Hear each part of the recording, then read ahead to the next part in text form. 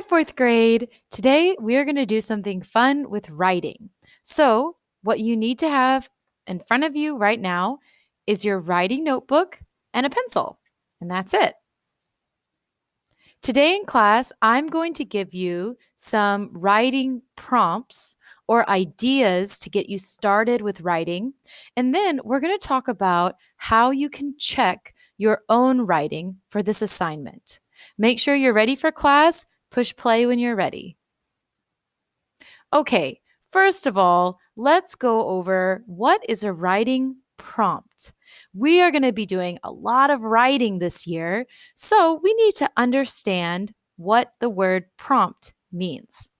Now, prompt you could think of as to give a little encouragement or give an idea, give a little push. Let's say that two students are having a big argument. I might prompt the students to apologize and make up, which is like, hey, you guys should make up. So a prompt is to kind of give an idea, to sort of encourage. So a writing prompt means that I'm giving you an idea about what to write about. So instead of just writing about anything, you have an idea to start with. Let's look at our 5 writing prompts today. Now, you are only going to choose one to write about. If you want to write about more, that's fine, but I only want you to turn in one.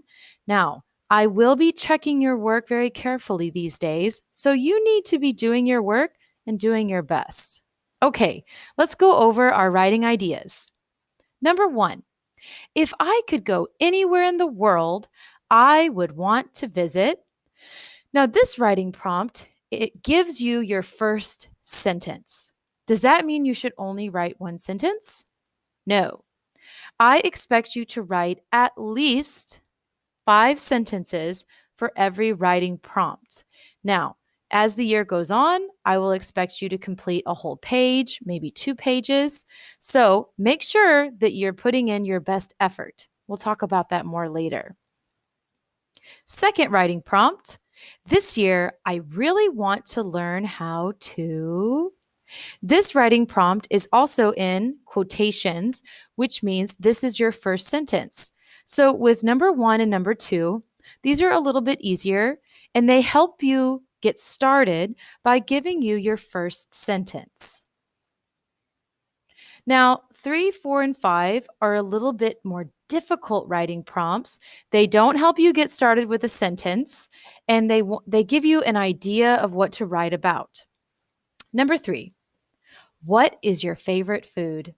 If you could eat one thing for the rest of your life, what would it be? Pick something delicious. Number 4, what is your favorite TV show or movie? What's it about? Is it funny? Why is it your favorite? So you can see that these writing prompts are asking a lot of questions to try to get you to write a lot. Finally, number 5, tell about your family. Is your family big or small? Do you have brothers or sisters? Do you have a lot of cousins? Is there something special your family does together? Okay, so after you have chosen which writing prompt you want to do, you need to write. When you're finished writing, you need to come back to this paper and check it. Self-revision checklist. Read through your paper to see if you have completed the requirements to get full points in each category. So let's look at the categories. How many do you see? 4. There are 4 categories. We have handwriting, spelling, grammar, and effort. Remember, I said we were going to talk about effort. So, with handwriting, is your handwriting clear and neat? Did you check the spelling of your words? If you don't know how to spell a word, did you just guess? Or did you use a dictionary? Did you write, for grammar, did you write complete sentences with correct capitalization and punctuation? And finally, effort, did you do your best? Now, it's very good to think about these things before you start writing, But after you finish writing your paper, you are going to come back to this page and check. So let's go through checking your paper.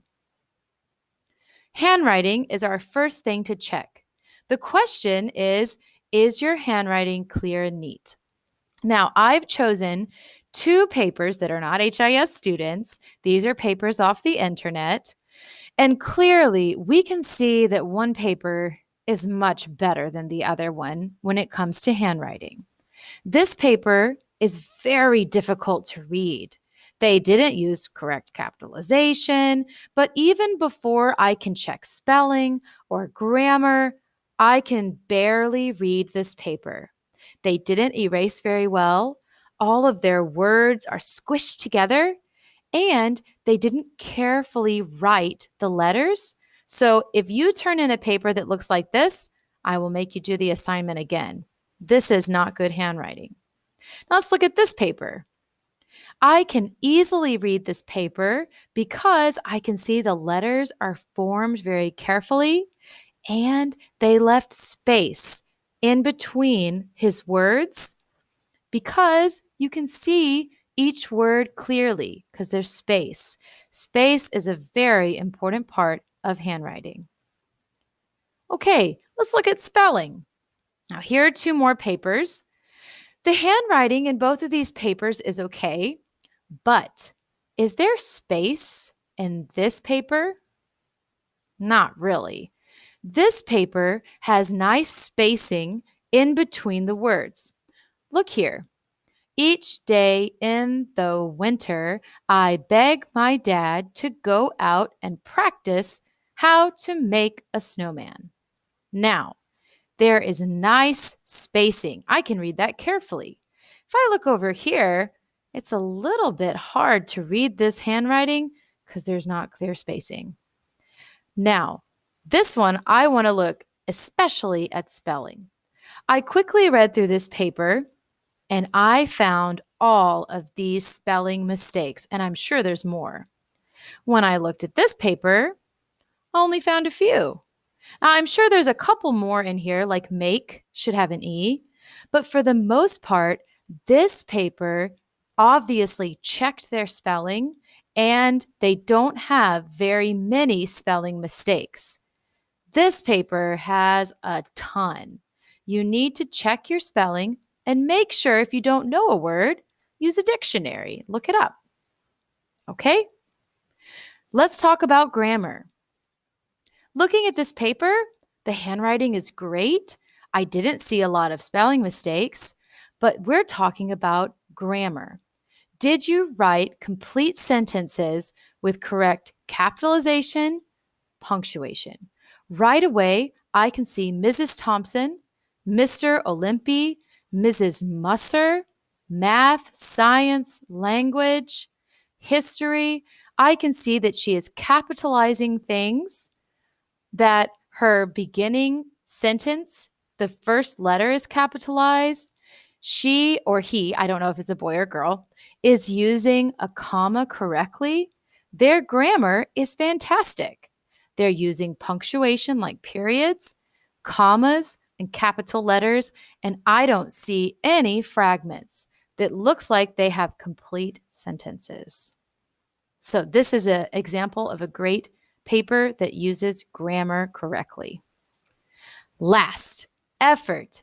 Did you do your best? Now look at this paper here. Oh my goodness. Not only is it all crunched together, they didn't check spelling, they didn't do a good job with handwriting, there's no punctuation, it's one long run-on sentence, and it's only this long. This is not a good example of doing your best. Now let's look at these examples again.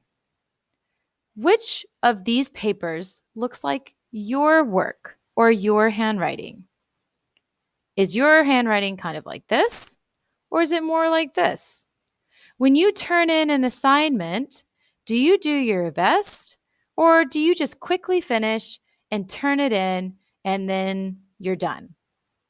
Now, make sure that you are checking your work and that you're doing your best.